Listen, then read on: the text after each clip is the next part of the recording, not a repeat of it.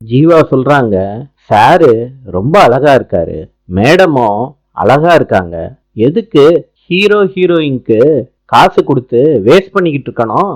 இப்ப எல்லாம் கடையோட ஓனர்ஸே ஆக்ட் பண்றது ட்ரெண்டிங்கா இருக்கு. இது ஒர்க் அவுட்டும் ஆயிருக்கு. நீங்களும் மேடமும் சேர்ந்து ஆட்ல நடிங்க சார். ஜீவா ஷூட் பண்றாங்க, மனோஜும் ரோகிணியும் ஆக்டிங் பண்றாங்க.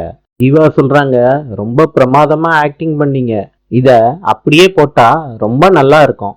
ரோகிணிக்கு கால் வருது, சரியா கேட்கலன்னு மனோஜ் கிட்ட சொல்லிட்டு ரோகிணி தனியா போறாங்க. ரோகிணியோட பழைய வாழ்க்கைய தெரிஞ்சுக்கிட்டவங்க பிளாக்மெயில் பண்றாங்க ரோகிணிய. ரோகிணி பணம் இல்லைன்னு சொல்லிட்டு போனை கட் பண்றாங்க. முத்து சபரிமலைக்கு போயிட்டு வீட்டுக்கு வர்றாரு. சாமியே சரணமையப்பா. சபரிமலைக்கு போயிட்டு வீட்டுக்கு வரும்போது நம்ம மனசுல நினைச்சது நடக்கும்னு சொன்னாங்கப்பா. இப்பதான்ப்பா நான் நேர்லயே பாக்குறேன். அண்ணாமலை கேக்குறாரு, நல்லபடியா சாமி கும்பிட்டியா? அப்பா, நல்லபடியா சாமி கும்பிட்டேன், பயங்கர கூட்டம்ப்பா. அண்ணாமலை சொல்றாரு, நீ சபரிமலைக்கு போய் நல்லபடியா சாமிய கும்பிட்டுட்ட, உன் பொண்டாட்டி திரும்பி வந்துட்டா, உன்னை இந்த கோலத்துல பாக்குறப்ப ரொம்ப சந்தோஷமா இருக்குடா முத்து. மீனா கிச்சனுக்கு போயிடுறாங்க. முத்து வர்றாரு. தேங்க்ஸ் மீனா. எதுக்குங்க? தான் வீட்டுக்கு வந்துட்டேல்ல, அதுக்கு தான் மீனா. என்னங்க, என் வீட்டுக்கு வராம நான் எங்க போவேன்? நான் உன் கோவம் போயிருச்சுல்ல, குடிக்கிறத நிறுத்திட்டீங்கல்ல, அதுவா மீனா? இப்ப நாங்க கோயிலுக்கு போனோம் பாத்தியா, அப்ப நீ சொன்னத யோசிச்சுக்கிட்டே போனேன். நீ சொன்னதெல்லாம் எனக்கு நியாயமா தான் பட்டுச்சு. அப்படின்னா இனிமேட்டு குடிக்கிறத விட்டுருவீங்கல்ல? இது மீனா. என்னங்க, கிட்டத்தட்ட அப்படிதான் வச்சுக்கோவே. நான் சாமி கிட்டே ஒரு அக்ரிமெண்ட் போட்டேன். இப்ப சாமிக்கும் எனக்கும் டைரக்ட் டீலு. என்னங்க சொல்றீங்க? இனிமேட்டு குடிக்க மாட்டேன்னு சாமி கிட்ட சத்தியம் பண்ணிட்டு வந்திருக்கீங்களா? பண்ணிட்டேன் மீனா, சத்தியம் பண்ணிட்டேன். நான் அப்படி சத்தியம் பண்ணல, வேற எப்படிங்க? சத்தியத்தை வெளியே சொல்லக்கூடாதுல்ல, அதெல்லாம் பொண்டாட்டி கிட்ட சொல்லலாம். சொல்லுங்க. குடிப்பேன், ஆனா முந்தி மாதிரி கிடையாது. புது வருஷம், காதலர் தினம், தமிழ் புத்தாண்டு, சுதந்திர தினம், ஆயுத பூஜை, தீபாவளி, ரம்ஜானு, கிறிஸ்மஸ், ஓம் பிறந்த நாள், ஏன் பிறந்த நாள், நம்ம ஃப்ரெண்ட்ஸுங்க வீட்டு ஃபங்க்ஷனு, இப்படி குறிப்பிட்ட சில நாட்களுக்கு மட்டும்தான் குடிப்பேன்னு சாமி கிட்ட சொல்லிட்டு வந்திருக்கேன். கம்மியா தான் குடிப்பேன்னு சாமி கிட்ட தெளிவா சொல்லிட்டு வந்துட்டேன். என்ன மீனா, உன் பார்வையே சரியில்லை, நல்ல விஷயம் தானே சொல்லியிருக்கேன். சாமி கிட்டே சொல்லிட்டேன், மீறமாட்டேன் மீனா.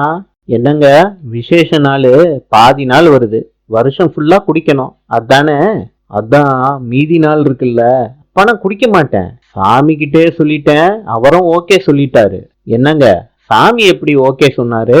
மீனா, நான் இந்த நாள்ல தான் குடிப்பேன்னு சொன்னேன், சாமி சைலண்டா இருந்தாரு. மௌனம் சம்மதத்துக்கான அறிகுறின்னு நான் ஏத்துக்கிட்டேன். என்னங்க, உங்களை திருத்தவே முடியாது. நான் பழைய போச்சு மீனா, அது காரு ஓட்டி ஓட்டி உடம்பு அசதியா இருக்கா, அதான் லைட்டா. என்னங்க, ஊர்ல எத்தனையோ பேரு கார் ஓட்டுறாங்க, எல்லாரும் குடிச்சுக்கிட்டா இருக்காங்க. அவன்கிட்ட போய் கேட்டாதான் தெரியும். என்ன? ஒன்னும் இல்ல மீனா, ஒண்ணுமே இல்ல. சரி, போய் உட்காருங்க, நான் சாப்பாடு செஞ்சு எடுத்துட்டு வரேன். மீனாவுக்கு சீதாவோட விஷயம் தெரிஞ்சதுனால சீதா கிட்ட மீனா கேக்குறாங்க, என்னதான் உன் ஃப்ரெண்டு பண்ணுனாங்க? இந்த அக்கா ஆஸ்பத்திரி கலெக்ஷன் பணத்துல இருந்து கொஞ்சம் பணத்தை எடுத்து ஸ்கூல் ஃபீஸ் கட்டிட்டாங்க. சந்திரா சொல்றாங்க, என்னடி சொல்ற, ஆஸ்பத்திரியில இருந்து பணத்தை எடுத்துட்டாங்களா? அன்னைக்கு அக்கௌண்ட்ல பணம் வராத மாதிரி அவங்க அட்ஜஸ்ட் பண்ணிட்டாங்க. எனக்கு தெரிஞ்சிருச்சு, அவங்க கிட்ட கேட்டேன். என்ன சீதா சொன்னாங்க? கைய புடிச்சிட்டு அழ ஆரம்பிச்சிட்டாங்க. ஸ்கூல் ஃபீஸ் கட்டலாட்டி அவங்க பொண்ண ஸ்கூலை விட்டு நிப்பாட்டிடுவாங்களாம். எக்ஸாம் வேற வரப்போகுது, அதனாலதான் வேற வழி இல்லாம இப்படி பண்ணிட்டேன்னு அழுதுகிட்டே சொன்னாங்கக்கா. எனக்கு என்ன பண்றதுன்னே தெரியலக்கா. இப்ப அவங்க ஏமாத்துனதுக்கு நான் தொணப்பணம் மாதிரி ஆயிடுச்சுக்கா. நான் இவ்வளவு சொல்றேன், நீ எதுவுமே சொல்லாம இருக்க. சீதா, ஒன்னும் இல்ல, உனக்கு எது சரின்னு தோணுதோ அதை செய். ஆனா அவங்களுக்காண்டி எதுலயும் போய் மாட்டிக்காத. தப்பு பண்றவங்களோட தப்புக்கு துணை போகிறவங்களுக்கு குற்ற உணர்ச்சி அதிகமா இருக்கும். சரி சீதா, நான் ஒருத்தவங்களுக்கு ஃபோன் பண்ணோம், பேசிட்டு வந்துடுறேன். மீனா ரோகிணிக்கு ஃபோன் பண்றாங்க. உங்ககிட்ட பேசணும்னு கேக்குறாங்க. எதை பத்தின்னு ரோகிணி கேக்குறாங்க. ரோகிணி, கொஞ்ச நாளாவே நான் எதை பத்தி உன்கிட்ட பேசிக்கிட்டு இருக்கேன்னு உனக்கு தெரியாதா? ரோகிணி ஃபோன்ல பேசிட்டு ஃபோனை கட் பண்ணிடுறாங்க. மீனா ரோகிணி வீட்டுக்கு வர்றாங்க. ரோகிணியோட அம்மா கிட்ட சொல்றாங்க, நீங்களாவது என்கிட்ட இந்த விஷயத்த சொல்லியிருக்கலாம்லம்மா. மீனா, சொல்லியிருக்கணும் தான், மன்னிச்சிருமா, என் பொண்ணு வாழ்க்கை, அதெல்லாம் அவங்க நல்லா இருப்பாங்க. இப்ப என் வாழ்க்கை தான் என்ன ஆக போகுதோன்னு தெரியல. மீனா ஆண்டி, எப்படி இருக்க கிருஷ்? நல்லா படிக்கிறியா? நல்லா படிக்கிறேன் ஆண்டி.